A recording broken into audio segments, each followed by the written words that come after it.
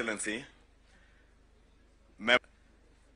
the seriousness of not just the implementation of the NADCO report, which we have been appraised on its implementation, and Your Excellency, I must appreciate all the members of Parliament, both in the Senate and in the National Assembly, for the support that they have accorded us in the legislative process of enacting the NADCO legislative bills that we have and those that are still within the two houses.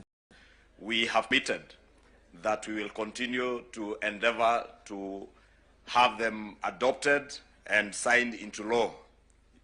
Your Excellencies, the 10-point agenda, as has been clearly enumerated by Dr. Agnes Zani, are not about you as a president or the Prime Minister. These 10 points are about the nation of Kenya. The full implementation of these 10 points are not about ODM as a political party or the Kenya Kwanza coalition parties. They are about the future of our nation, to ensure that we extend the support that is needed by the Agnes Zani team and also to Professor Makau Mutua's team, because as Professor has alluded to, there will be legislative proposals that will come to the houses, as well as requests for budgetary support in the implementation of the work that these two important committees are doing. Therefore, Your Excellency, allow me to close at that point and to now, Your Excellency, before I invite the Deputy President,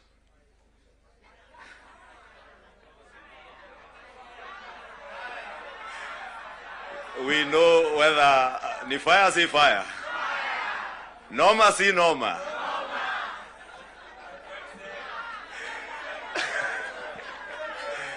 We want to hear whether the Deputy President, whether when he says ni fire si fire, ni noma si noma, whether he can earn himself a second term as the Deputy President, as usual, depending on what he says and how he engages with this House. Honorable members, allow me to welcome the Deputy President of the Republic of Kenya, Professor Kithure Kindiki. Thank you. I wanted the Leader of Majority to delay a bit because the Prime Minister stepped out, because I wanted to take the shortest time here, having seen what my predecessors have gone through. and you know, both my predecessors are just like me from academia. So I was very worried. I wanted really we delay until the Prime Minister comes back. But I'm grateful to what Dr. Zani and team are doing. You're helping the country deal with very, very difficult issues. I am also very impressed by Professor Makau Mutua's work. It's quite a heavy topic that he's handling on behalf of the country. So my sister, Dr. Zani, and my academic senior, Professor Makau Mutua, I wish you Godspeed as you do this on behalf of all of us. Your Excellency, the President, and Your Excellency, Prime Minister, and my colleagues, let me just say two things as we wait for the Prime Minister to come back and address us. The first one is, for the last 33 years, our country has revolved around majorly two political formations. And the difference in the political strength of those two major political formations has not been very big difference. We've been like that since we went into multi-party politics. So that you have a strong party winning, but even the opposition is fairly strong. What that means, therefore, is that our country, like all democracies, requires bipartisan consensus building, especially to deal with serious and heavy national issues and national challenges. I like what my mono in school and the leader of the National Assembly minority side, Junaid said, my distinguished mono. He said, he said that oh, he's back. I was just praising you, Junaid. We need, we need bipartisan efforts to heavy lift the serious national issues. You've seen them in the 10-point agenda: the fight against corruption, the fight against ethnic bias, the fight against all these vices. Without bipartisan efforts, no single side can be able to ever lift these national issues. So let us not underestimate what the leadership of the UDA through Pres.Ruto, the leadership of ODM through His Excellency Raila Odinga has helped us to achieve as a nation. Because none of us alone would have enough political largesse to be able to even lift on some of the issues we are discussing here today. So we are in good space, and for that we must celebrate and acknowledge the visionary leadership of President William Ruto and the visionary leadership and statesmanship of our elder brother, the Honorable Raila Odinga. Going forward, those of us who are younger politicians, we should pick lessons from these two leaders, because there's a lot of excitement by many people who are in the political space, and they think leading the country or managing the country's affairs is a small issue. And some of the characters running up and down around, if they are given this nation to manage even for a day, the country will sink, because they don't have enough wisdom and enough foresight to be able to manage the complex society that is Kenya. So, Prime Minister, we appreciate your leadership, your vision, and you've been able to show us, those of us who are younger politicians, that elections and politics should not undermine the collective interest, stability, and progress of our nation. You have helped us understand that individual ambitions to become whatever we want to become should not stand between us and our country's stability, progress, and sustainability. The last point I want to make now that we have reached where we wanted to reach is that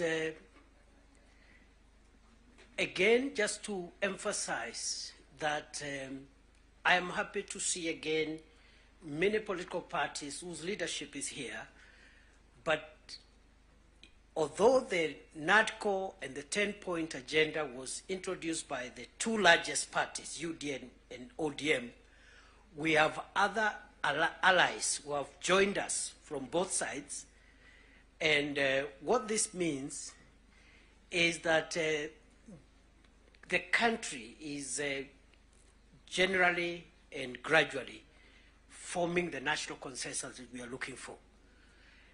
And therefore, for me, the lesson I pick, even looking at the leadership that has spoken here, Stewart Matzayo from Kilifi, Owen Baya from Kilifi, Junaid Mohammed from Migori, Migori and other places, and myself. Those who have felt that perhaps they need space to show their leadership skills, yet they feel their background, their religion,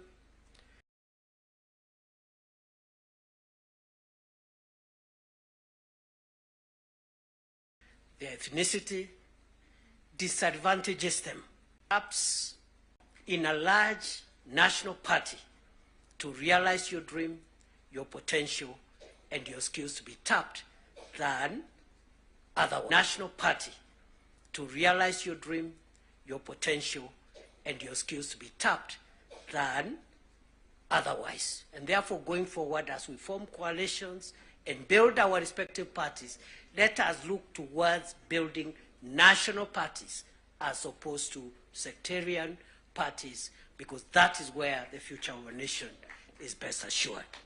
So, on that basis, I want to end there, because I saw my colleagues got, I don't know who got no term. I want to end there and wish this meeting all the best.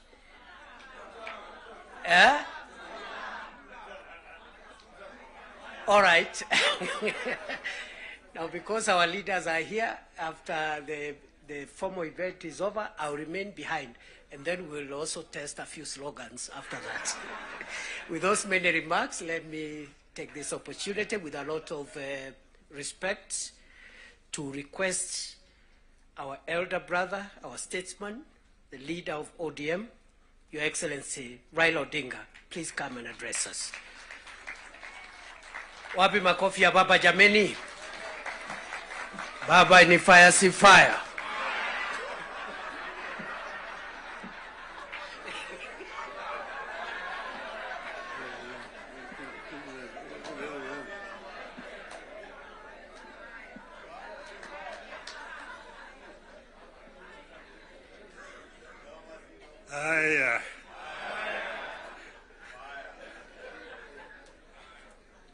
Mr. President,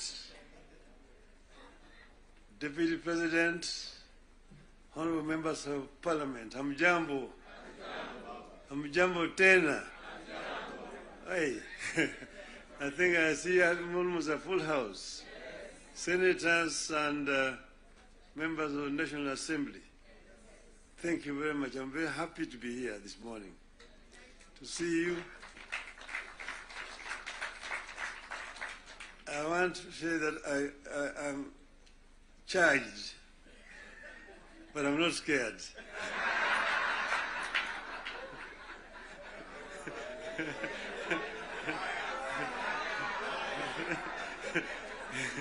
You know, I've been a member of Parliament for this constituency for 20 years.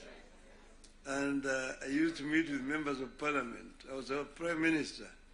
And every Wednesday was a Prime Minister's question time in Parliament. I used to be harassed a lot by members of Parliament. And that's why I'm not scared. But let me begin to say that none of us thought a day would come when protagonists just a year ago would get together to chart a joint way forward for this country. How did we find ourselves together, and why are we here today? One, in life of a nation, there comes a time when danger knocks on the door. It happened in the U.S. during the Civil War that threatened to dismember the USA as we know it today. There's a region today referred to as former Yugoslavia. Yugoslavia existed as a country between 1918 and 1992. Then it fell apart into several countries, including Croatia, Montenegro, Serbia, Slovenia, Bosnia, and Macedonia. The former president of Yugoslavia, the late General Joseph Broz Tito, used to say jokingly that I am the glue that is holding this fragile nation called Yugoslavia together. And if I depart, it may disintegrate in several small nations. And true to his prophecy, this happened today. There's no Yugoslavia. Closer to home here next door is Somalia. In 1991, we were here when Siad Barre was forced to run out into exile where he died. Look at Somalia today. So there are several examples that exist around the world. As leaders, we are supposed to scan the horizon, spot the danger, and act to subvert that danger. In 2024, the last year, we understood that the dark clouds that were gathering over Kenya could have been exciting, but they could also mark the end of Kenya. We decided that it is better to have an imperfect country that is struggling to mend its ways than to have a collapsed one.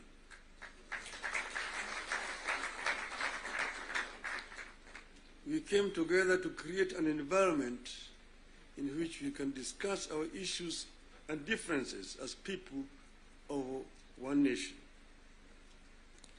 As you know, and as you know here, there are countries that cannot discuss their issues at home. In my life, I've attended many meetings in London, Paris, Istanbul, Washington, name it, where African leaders are ferried to foreign capitals from their own collapsing countries to discuss issues they cannot discuss at home. We go together to spare Kenyan that shame.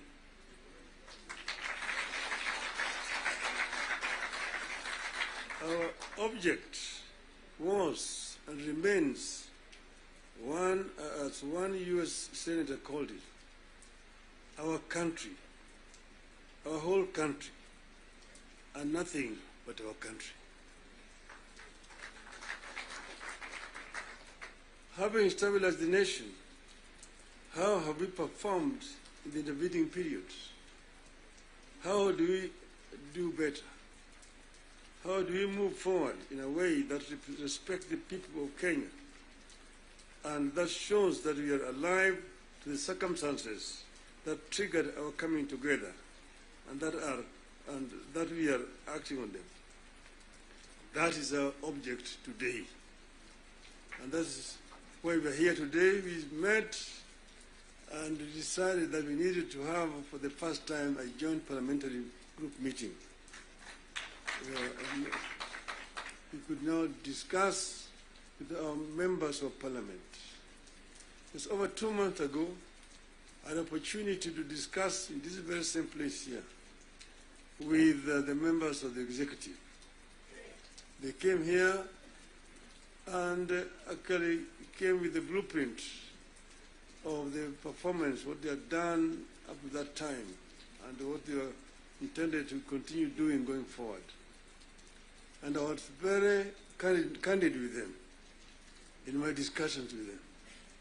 And I told them where I thought they were not doing right and what I thought they should be doing rightly.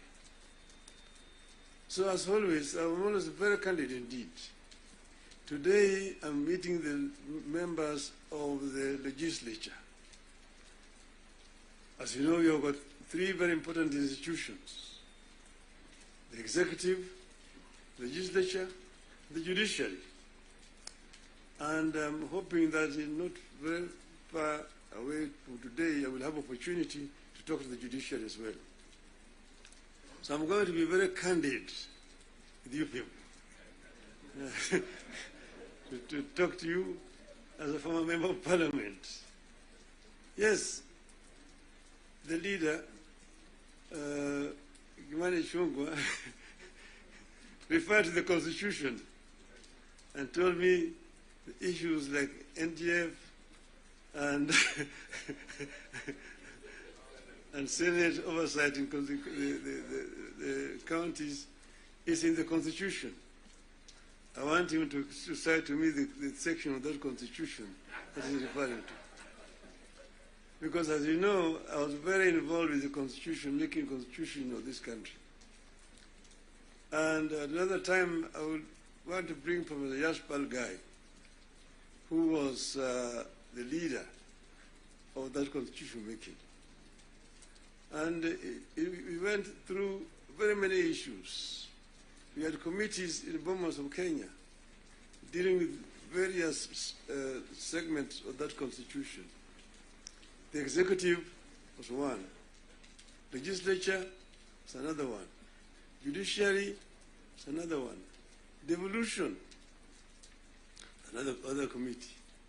And devolution was very contentious because we had very many people who did not want the devolution because of what had happened at independence. As you know, we started with the devolved system government, Majimbo. The foundation of Majimbo was actually contentious because it was ethnic-based.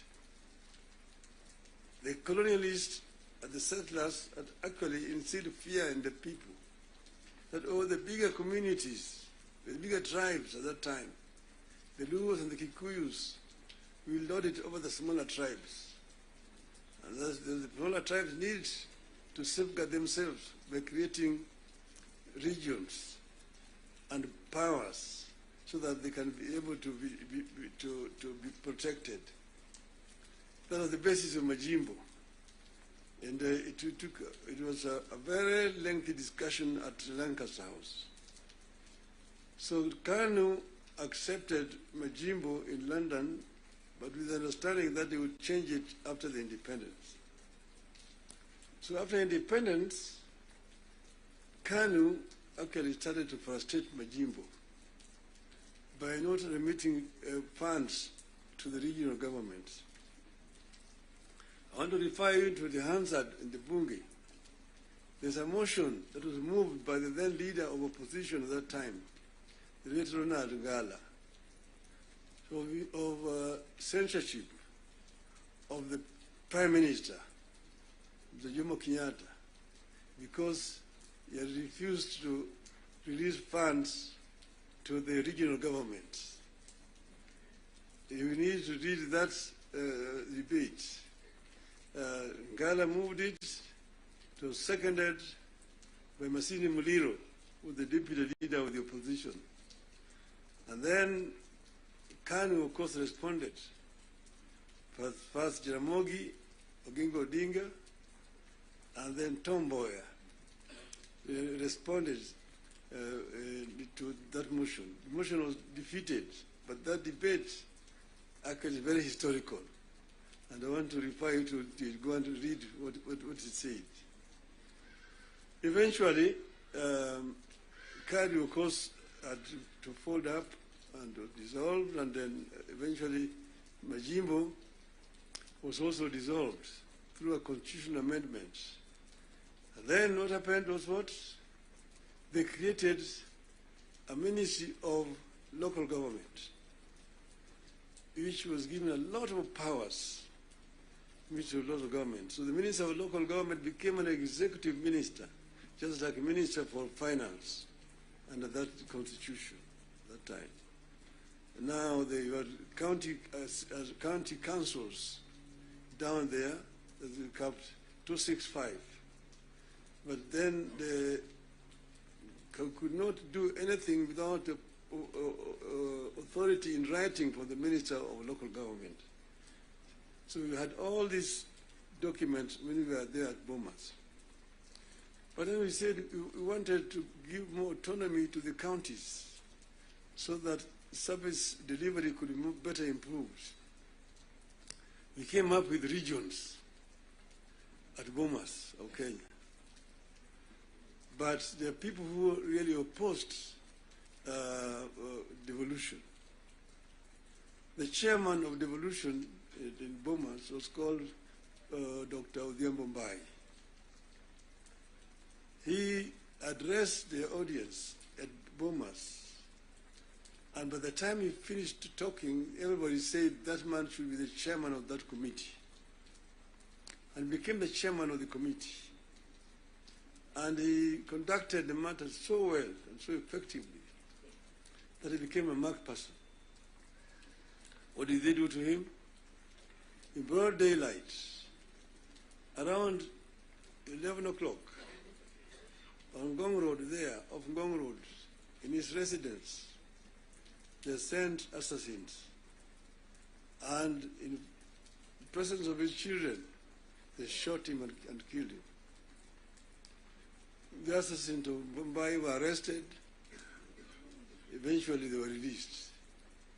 So I just want you to know that the revolution has got very many people and very powerful people in this country today.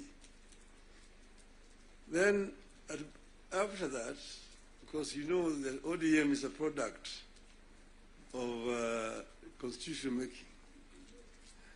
And one of the founding members of ODM is sitting here with you. The other one is the former president, who is a member, and quite a number. We are going to have the 20 years of ODM in October, and all the founding members are going to be invited.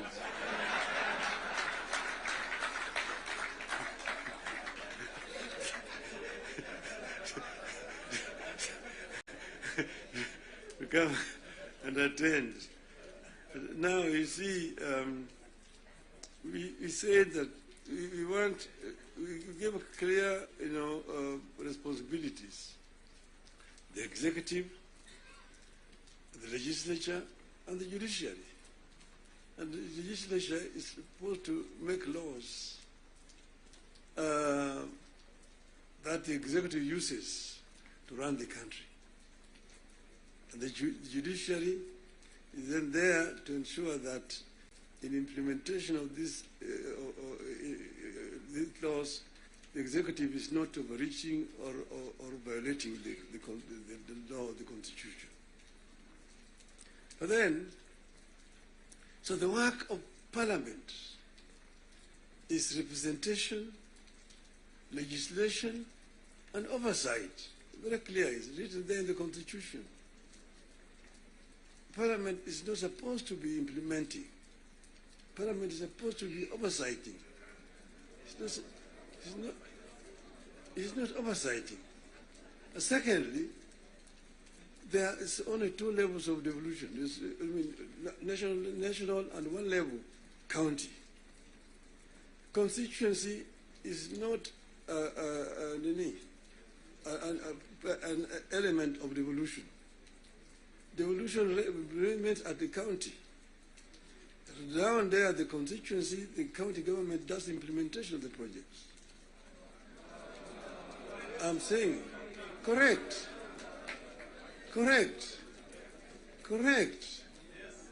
Down at the constituency, it's the county government. By the national government is supposed to do national projects and region down there.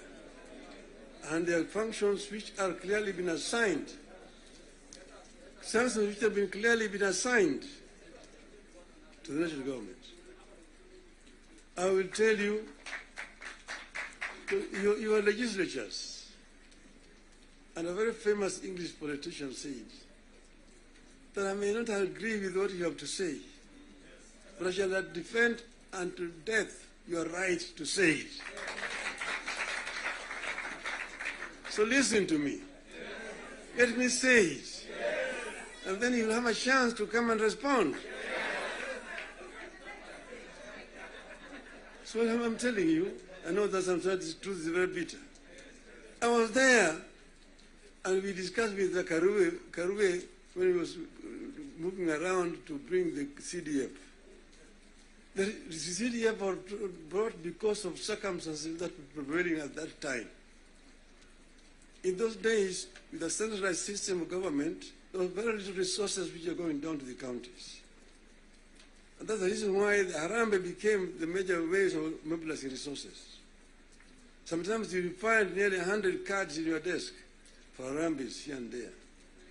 Whenever the president moved around, you'll go around to counties, to the districts. And then we'll be addressing people. People will come up to tell them their problems. Mtukufu Rais, hapa kwetu barabara ni mbaya sana, haipitiki, mvua ikinyesha kuna matope, barabara haipitiki. Mtukufu Rais, hapa kwetu, shule yetu hapa juzi mvua ilinyesha na upepo kaja katoa paa, watoto sasa wanasoma chini ya mti hapa. Mtukufu Rais, hapa kwetu hakuna maji. Mtukufu Rais, hatuna stima na kadhalika.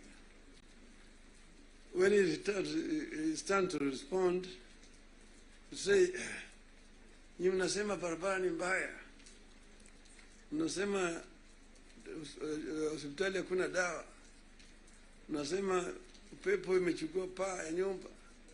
Mjumbe wenu anafanya nini?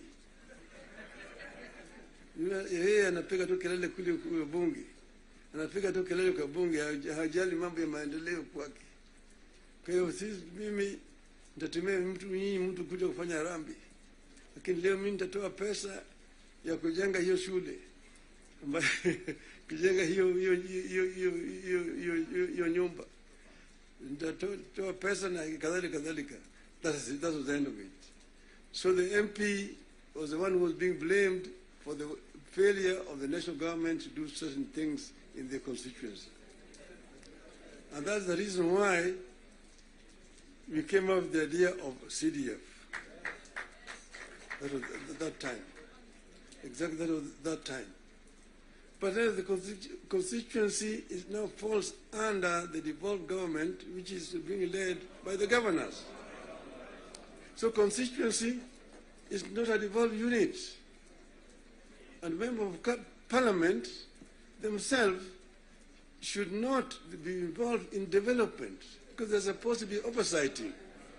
There's supposed to be oversighting. If you have yourself being involved in construction of roads, building of schools, hospitals, who is going to oversight you? Who is oversighting you? So, Mr. President, I hold very clearly that these MPs know that they should not have any business in trying to implement projects in their constituency.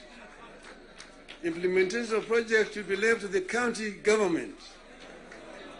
Secondly, the oversight, the national parliament oversight the national government, whether it is the National Assembly or the Senate. Oversighting of governors, the responsibility of MCAs, members of the county assembly, not the senators. It's not the responsibility of the Senate to oversight. Senate wasting time of governors to come and answer questions about roads in the counties. And thirdly, the issue of extortion. The issues of extortion. The issues of extortion.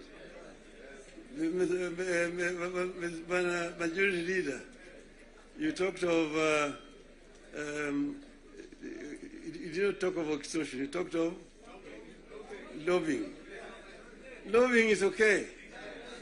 In the US, you've got lobby firms which have formed to lobby the members of the Congress. They come to lobby, they're known, they're officially registered as lobbyists. They come to lobby the members of parliament. But lobbying is a different thing from extortion. From extortion. That you have a member, every committee has got a member who is how do you call him? Welfare bunge is giving a very, very image of parliament, that members of parliament should not be soliciting funds from because you see, listen to me, you know, the environment that we are creating here in this country is very, very hostile to investments.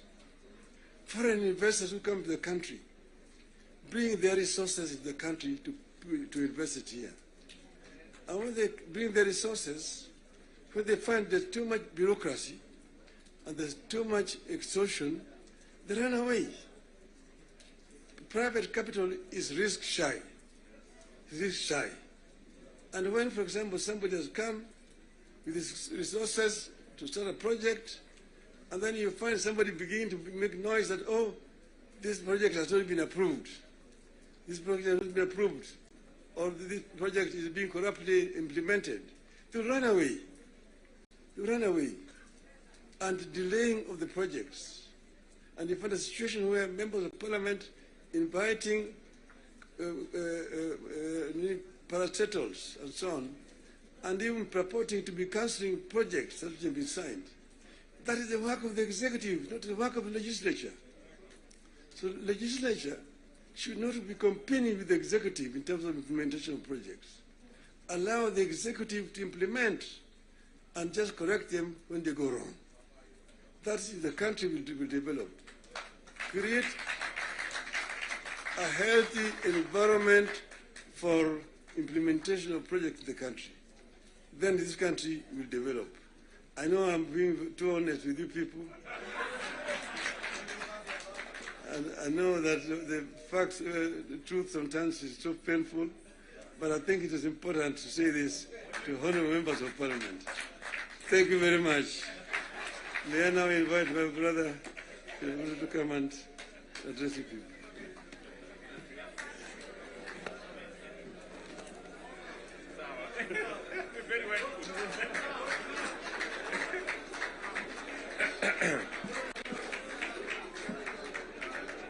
Thank you very much, the Right Honorable Prime Minister Raila Odinga. Ladies and gentlemen, let's take our seats. Thank you very much.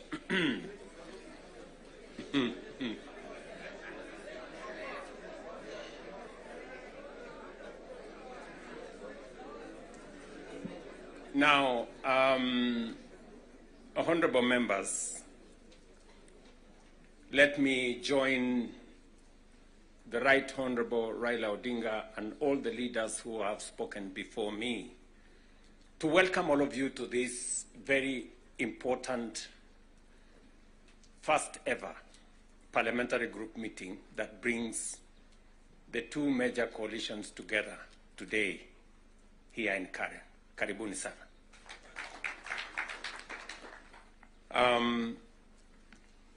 The Right Honorable Raila Odinga has given us the context of why we are meeting here. I really would want to add not so much, because he has ably contextualized why we are meeting here today. That we have a nation to look after and we have a nation to protect, and there are options that are available to us. And I think we chose to protect the nation called Kenya by our coming together. And so I want to commend both the Right Honorable Raila Odinga and the ODM party, my former party, for standing up to be counted when the country needed leaders to stand up for Kenya. It may have been easy to do the opposite. It may have been popular to do the opposite. I know many people have vilified the Honorable Raila Odinga and the ODM party for the decision they took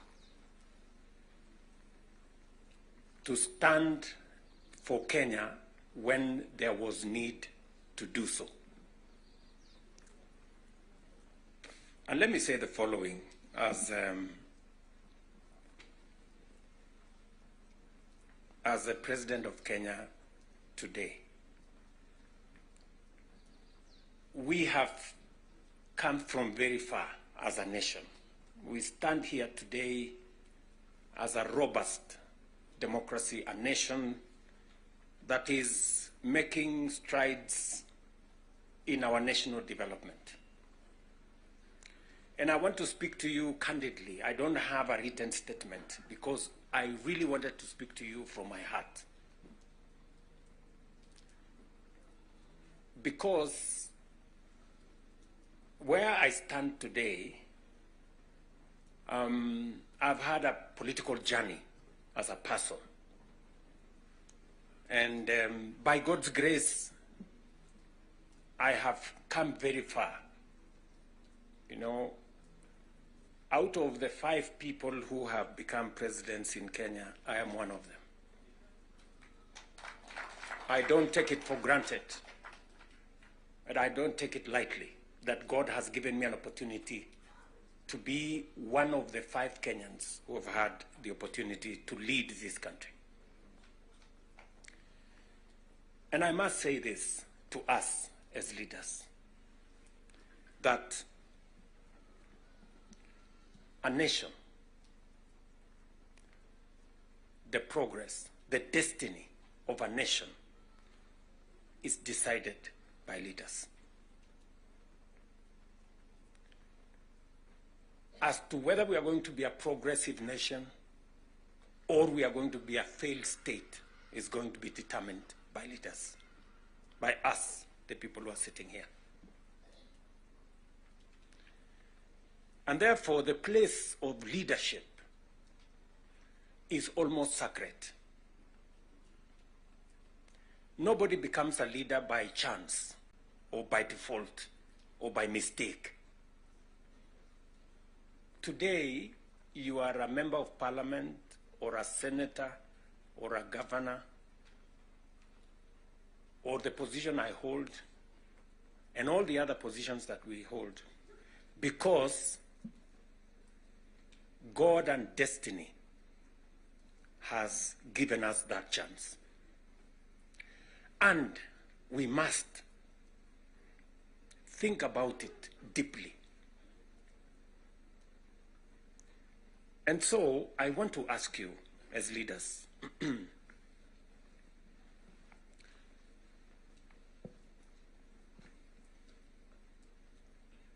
the Honorable Prime Minister has given us a history of countries. I will add to that list 2 countries. Singapore and Kenya were the same countries 60 years ago. Malaysia and Kenya were the same 60 years ago. But today, we play in different leagues. They have managed to progress to the first world. We are still where we are. The difference between what Singapore has become and what we are is leadership.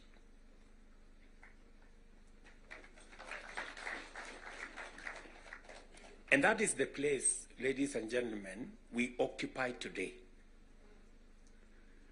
So that you understand the importance, the sacred position you hold as a leader. Sometimes people want to ask, how do people who live in different houses, they have their own lives to pursue, but they wake up one morning on an election day and they go one after the other to 10,000, to 20,000, to 50,000 and elect you? You are not special. But it is a moment that God has given us as leaders. And therefore, we must do whatever we are doing, knowing very well that we have a heavy, almost sacred responsibility to the people we lead and to the nation of Kenya.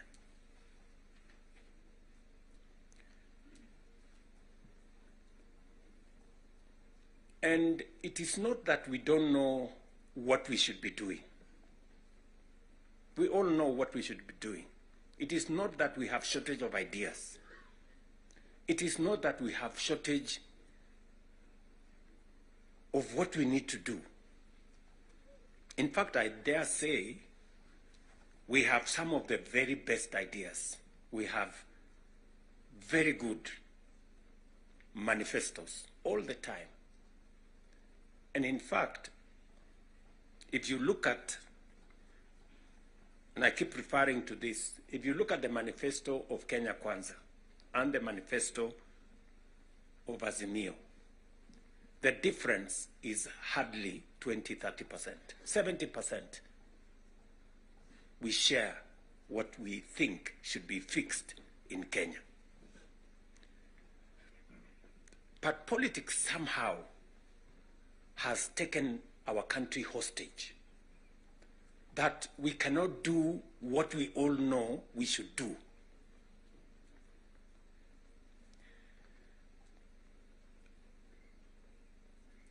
I have said that the difficulties that I face today as a president in Kenya are self-imposed.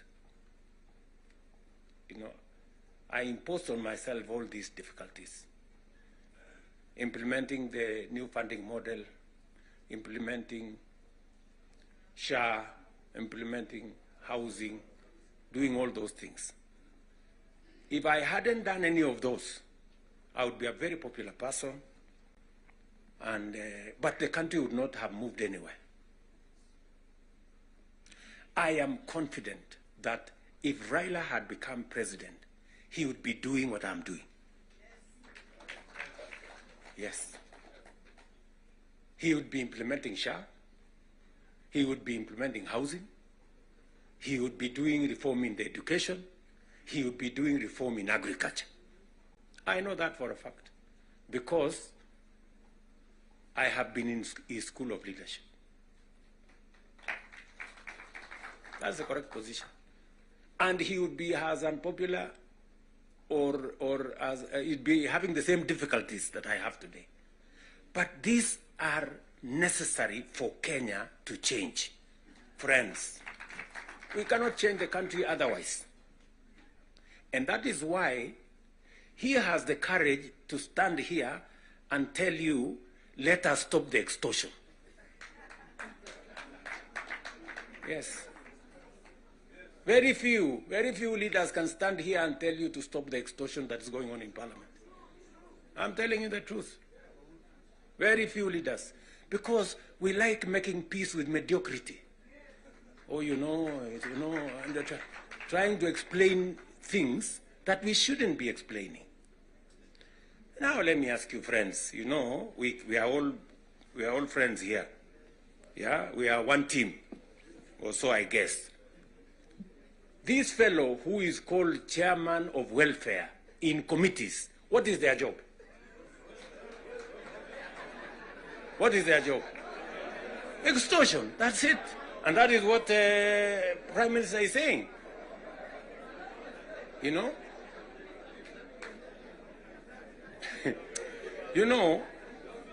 What is Sokohuru? What is Sokohuru? Tell me, what is, you know Sokohuru?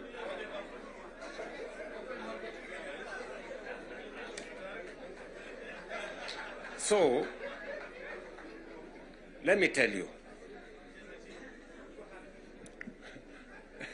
No, you see, and this is the same problem that we face. This is the same problem that we face. Because, look, for example, we passed the law that we all know, friends, we all know the problems we go through with fundraisings for people who have hospital bills. All of us. In your phones, you have WhatsApp groups. So-and-so has this, this condition, so-and-so has this condition, contribute here. True or not true? Yes. But we don't want to fix it because it's difficult.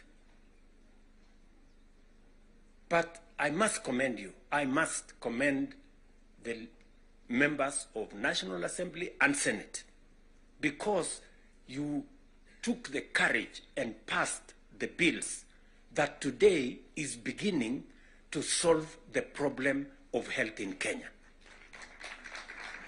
It may not happen instantly, But you, all of you, can now see that there is a possibility that we can sort out the challenge of health and health delivery in Kenya. But because we had to be bold, we had to be bold and make the necessary decisions. Today, we are dealing with the crooked hospitals and health professionals who still want to steal from SHA and to steal from our health provision. And we will go after them and we will deal with them. So, what am I saying? I am saying the following. If we have to change Kenya, my friends, we have a historic opportunity today with this broad-based government, we have a historic opportunity to unleash the full potential of Kenya. We all believe, I do, that Kenya is a very great country, this country of ours. There is absolutely no reason why Kenya is not like Singapore. We have what it takes. Let me repeat. We have what it takes to measure up to the countries in the first world. Yes, we do. Yes, we do. But we are playing in the wrong league because leadership, me and you, are refusing to stand up to what this country needs. I really want to persuade you guys. I really want to persuade you friends. Yeah? This is not about William.Ruto. I am here today, I will not be there tomorrow. This is not about Raila Odinga. Right? It's about the country called Kenya, where today we have the privilege to be the leaders, to be the decision makers, to decide which way Kenya. It is us who are seated here. It is us. And we have the historic opportunity to make this country what we have always wanted it to be, but it has not been. As I have said, the same way Raila Odinga can stand here and tell you we must stop the wrongs, I have also said that I am ready to pay whatever price to make this country change. Yes, we must change this nation. And we can do it. Look, housing was part of our conversation for the last 30 years. Yes, we've always talked about housing and how important it is and how it is going to create jobs, how it is going to stop land fragmentation, how it's going to allow us to produce, to save land that is meant for food, how we are going to have decent housing, how we are going to reduce on slums, how we are going to have decent livelihoods. We've always said that. The Right Honorable Raila Odinga tried with the first slum upgrading projects. We started there. The housing levy, go and read the Azimio Manifesto. Read the Kenya Kwanza Manifesto. It is there. It is there in both manifestos. We now are seated here and we have the opportunity to implement what was in the Azimio Manifesto and what was in the Kenya Kwanza Manifesto. Friends, why don't we just do it? Why don't we just do it? We will do it? Yes. Let us just pull it out and look. You can see for yourselves how transformational it is. Today, using the housing levy, we are not only doing housing, we are doing markets, we are doing hostels. And I promise you, what you see in Mukuru, what you see in Kisumu, because I have been there with Baba here, what you see in Eldoret, what you see in Nakuru, what you see in Kiambu here, what you see in almost every part of Kenya is just housing implemented for 2 years. And you can already see the kind of impact it is having, the number of jobs it is creating, the way it is bringing change in our towns and cities. Friends, if we were to do this for 10 years, if we were to do this for 20 years, and this is a project that has been delayed, we are supposed to have done this 30 years ago. Tell me, if housing was implemented 30 years ago, how Kenya would be looking today. We wouldn't be different from Singapore.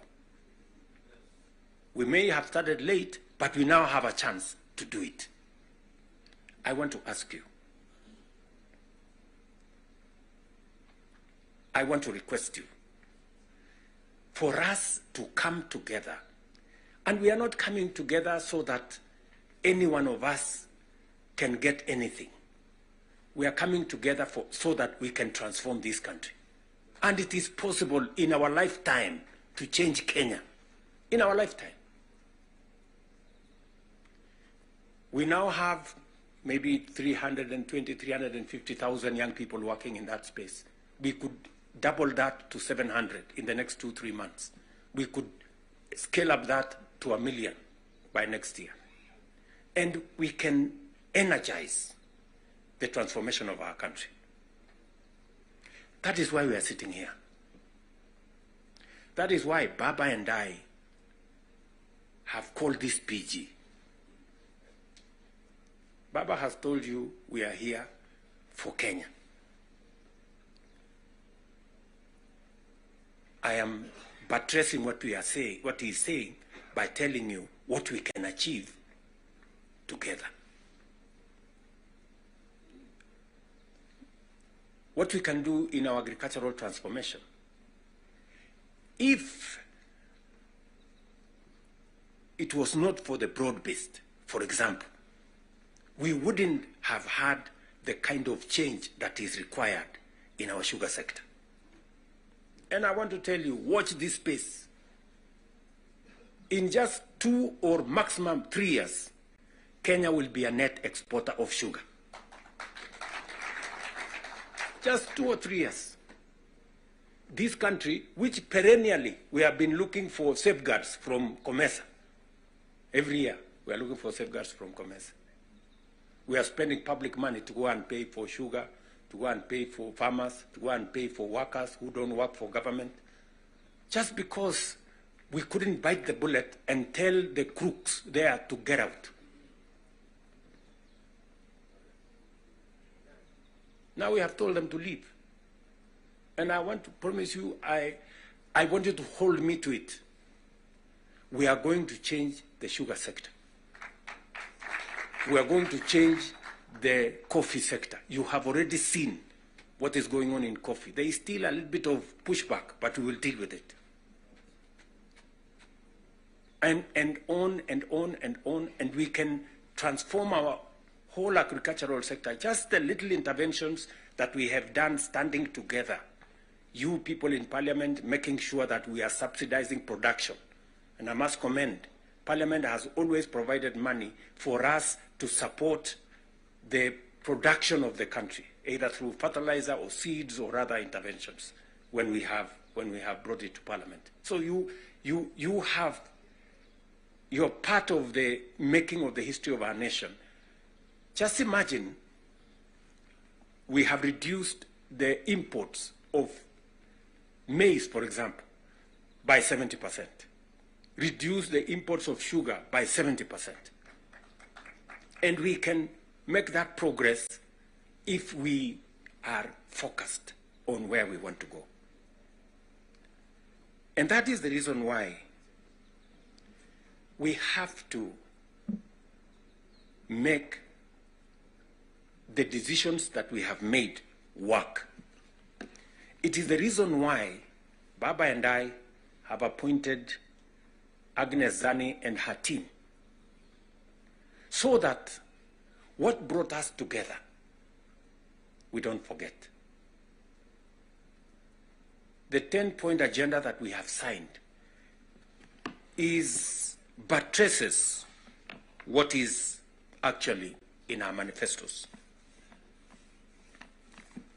The NADCO report, we all know what it is supposed to achieve. And if we stand together, we can achieve all the legislation that is recommended by the NADCO report. Parliament has what it takes, to do this. For Kenya, we can do it. And I want to persuade this PG to work with us and for all of us to be committed to this exercise. Protecting devolution. There is need for us as a nation to distinguish between governance and devolution. The governor is not devolution. The governor is a person.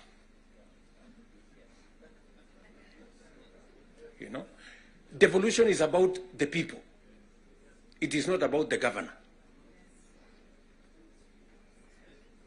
And we can deal with the governor without disrupting devolution, if there is need to. But what is sacrosanct, what is constitutional, is that we must get local people, development, to be at a local level as much as is practically possible. I agree with the Right Honorable Raila Odinga, because I was in Parliament when NGCDF was passed. And the principle was right, because there wasn't any meaningful resources getting to the grassroots. And the big push for devolution in the constitution-making process was 3 principles: making sure that resources get to the grassroots, making sure that there is representation at the grassroots, and making sure that accountability is also at the grassroots. So we need a conversation. There are legitimate concerns on how resources are being spent at the counties. There is. We cannot also run away. There is legitimate concern. Let me ask, for example, the latest Sokohuru in the Senate.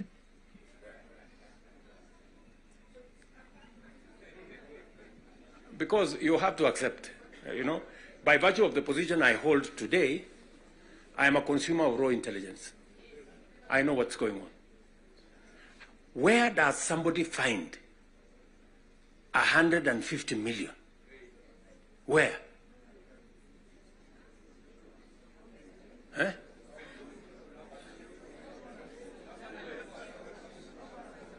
Is that his money? That is money that belongs to the county. Is that correct or not correct? Yes. Let me ask you, members of parliament who are seated here. Do you, for example, know, do you, for example, know that a few members of your committee collected 10 million shillings so that you could pass that law on anti-money laundering? Did you get the money? No.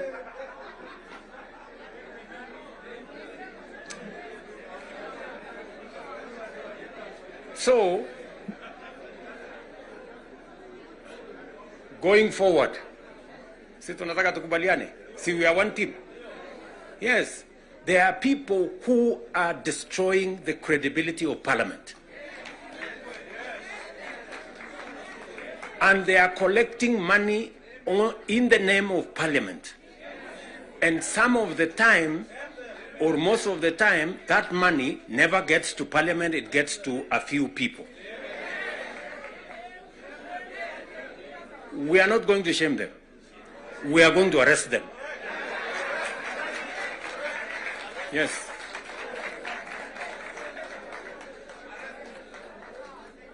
Do we agree? Do we agree? Yes. Whoever is giving and whoever is being given and whoever is doing whatever it is, we sort them out. Because the reality, friends, the reality is that there is a problem. And we all know here, tukitaka tu kusema ukweli, there is a problem. And unless we sort it out, we are going to destroy our nation. We are going to destroy this nation unless we sort it out.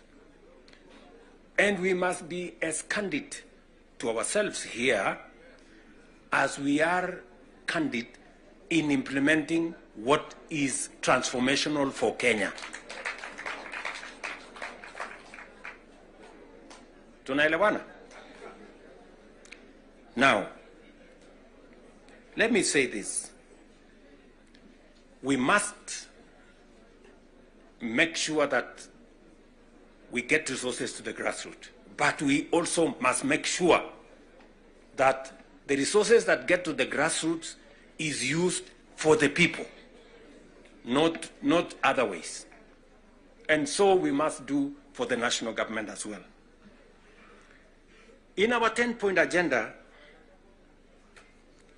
we have discussed about the young people of our nation and how we need to protect their livelihoods. I want to ask the leadership seated here today, members, I want to persuade you.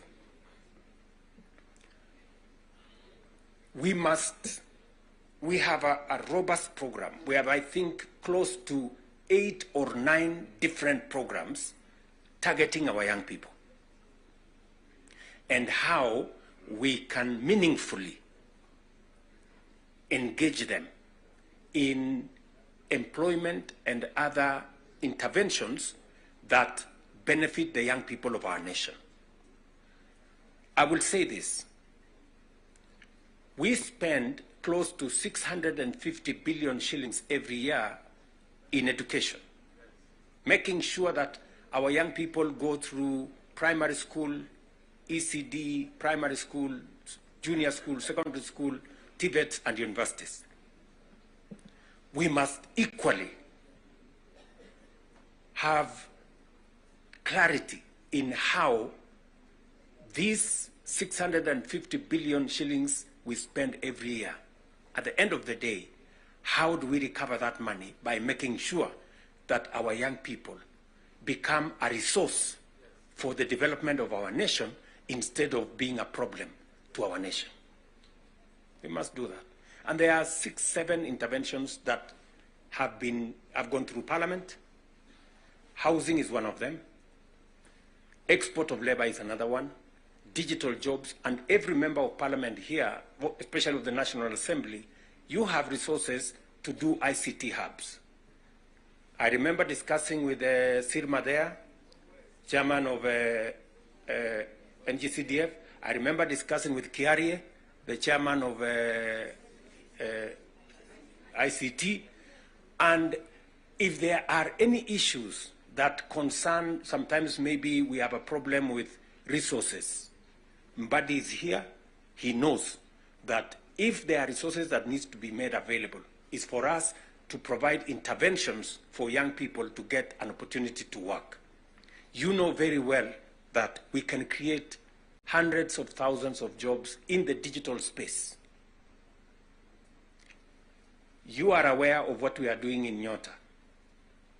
You are aware of what we are doing in KJet. And if you don't, we should be able to explain to you so that you become part of the people, because you speak to hundreds of thousands of people every weekend, every day, as you go about your responsibilities, how they can tap into these opportunities and create livelihoods for the young people of our country so that they too can make a contribution towards making Kenya what we all want it to be. And I can continue, and I can continue on all the other aspects that we have worked on. We agreed that we must have a conversation on national debt because it has the potential to threaten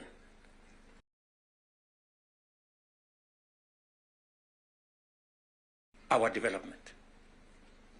It is the reason why my good friend Buddy and I have been in many different places. And we have done the most that we could to contain the issue of debt.